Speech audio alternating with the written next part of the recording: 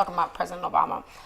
President Obama is supposed to be actually going on Friday to sign an executive order to promote the information sharing of the sharing of information over the internet. Pretty much what he wanted to do is establish a framework to quickly identify and protect companies against cyber attacks.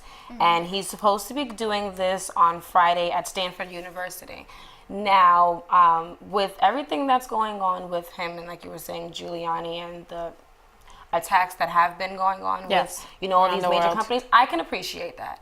That he's taking some kind of an initiative to just, put himself out there and let's do something about people hacking into our databases, because everything is technology now. I mean, hacking, there's a huge issue with that.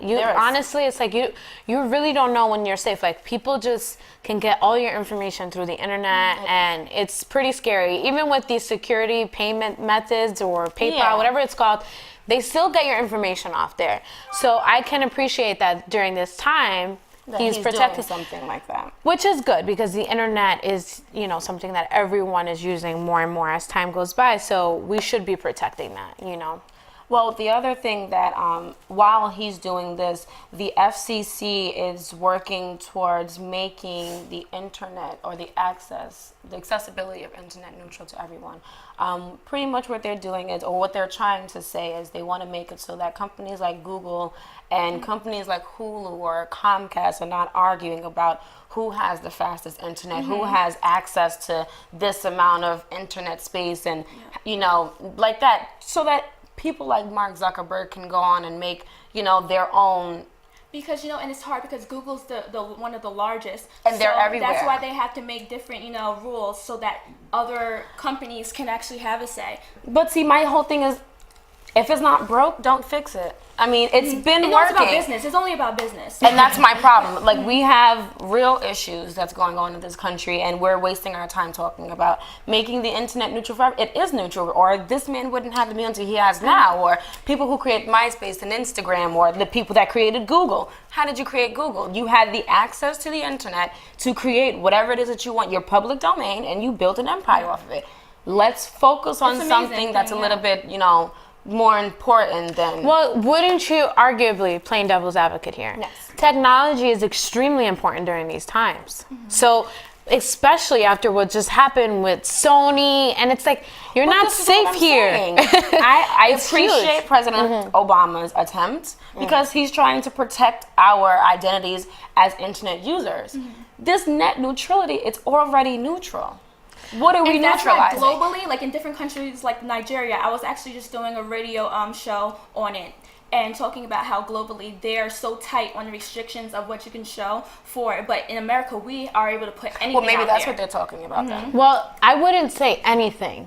I'm sure there are things that we are restricted from that we probably think like, okay, we have this open thing, and we really don't. Well, our personal but definitely less restricted than, let's say, China or places like that. I feel like, I was having a group discussion on the radio show about why is that. I feel like it's because they want to have power over, over what information is going to be out there. They want to control, but America, maybe they have different intentions, and that's the reason why they let us put so much information out there, because they... I think America's the test dummy. They try everything here. You send your products in from China, let's try it out in America. You want to try your new foreign policies, let's try it out in America. I wouldn't say that. This whole Uber thing, it's like... You do a lot. This country blows minds. It really, really does. Because Uber is supposed to be this global, and it's good for everybody, and they're using it. You're not doing background checks. I don't want to hear that people are trying to promote. But remember this, are they doing background checks on regular yellow cabs? Like, really, what's the difference? Yellow cabs are cheaper. Are they? Yes. First of all, in order for you to drive a taxi cab in New York, the state of New York, you need a Class E license, I think it is. You can't just get in the car and just, drive. And with all of that, they're checking your credentials in order for you to get these things. Honey, that's the risk you take when you get in an Uber vehicle. This is why I drive or I stay home. Because I don't want to get on anybody's subway or bus and nobody's protecting me. Well, that's why I'm saying it's good. Putting your life in someone else's hands, definitely. Yeah. And that's exactly how it is with the internet now. You click one thing wrong and your whole life can be in someone else's hand. That's just that fast. That's just the risk you take when you buy something or whatever, It is, but is that all you have for us today? I just wanted to throw in really quickly. Angelina Jolie is supposed to be, or they're talking about letting her produce the first female-led Marvel movie, Wow. Captain Marvel. Kudos to her. I always wanted to be Kudos like to a her. superhero. Yeah, I'm so waiting One to day. see how that's going to turn out because you Yeah. know she's been doing a lot in the production Yeah. side. So Yes, I'm I excited actually to see saw what her movie. I happens. talked about it. Yeah. What was it Her and called? her husband. Unbroken. Yes, Unbroken. I just saw that movie, which did a great. Which talking about movies, the Oscars are tonight, so